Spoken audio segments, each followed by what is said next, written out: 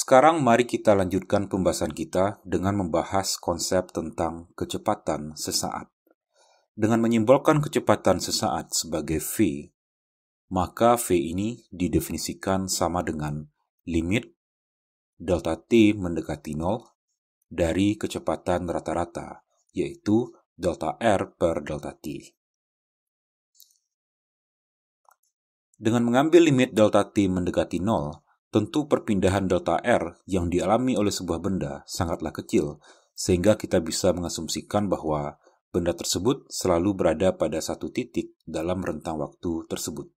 Dengan demikian, kecepatan sesaat ini dapat kita gunakan untuk mendeskripsikan seberapa cepat gerakan sebuah benda pada suatu titik atau pada suatu waktu.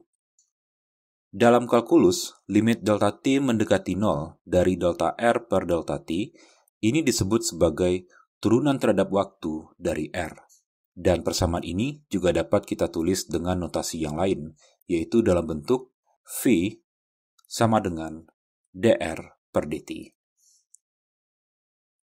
Kemudian karena R sama dengan xi ditambah yj ditambah zk, maka V ini juga sama dengan d per dt dari ini.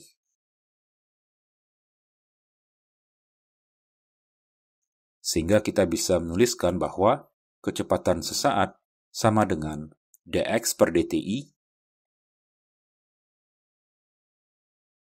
ditambah dy per dtj ditambah dz per dtk. Kemudian, dari persamaan ini dapat kita lihat bahwa arah kecepatan sesaat sama dengan arah vektor delta R ketika delta T mendekati 0. Dan perhatikan bahwa kalau delta T ini kita buat semakin kecil, maka perpindahan benda akan semakin kecil juga, yaitu hanya dari titik ini ke titik ini misalnya. Sehingga vektor delta R-nya dapat kita gambarkan menjadi seperti ini. Kemudian, kalau delta T-nya kita buat semakin kecil lagi, maka perpindahan benda akan semakin kecil lagi, yaitu hanya dari titik ini ke titik ini misalnya. Sehingga vektor delta R-nya dapat kita gambarkan menjadi seperti ini. Dari gambar ini dapat kita lihat bahwa ketika delta T dibuat menjadi semakin kecil, maka vektor delta R ini semakin hampir menyinggung lintasan benda pada titik ini. Dengan demikian, kita bisa menyimpulkan bahwa ketika delta T mendekati 0, maka vektor delta R ini tentu menyinggung lintasan benda pada titik ini. Dan karena kecepatan sesaat arahnya sama dengan arah vektor delta R ketika delta T mendekati 0, ini berarti vektor kecepatan sesaat pada titik ini juga menyinggung lintasan benda pada titik ini. Artinya arahnya adalah pada arah ini.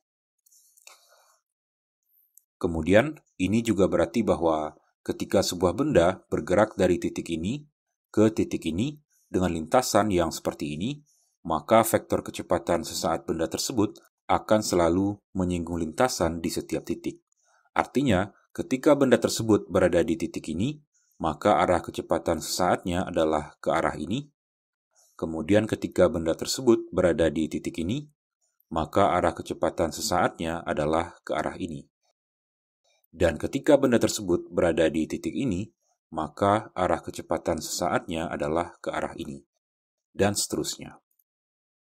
Kemudian, perlu diketahui juga bahwa kecepatan sesaat itu lebih sering disebut sebagai kecepatan.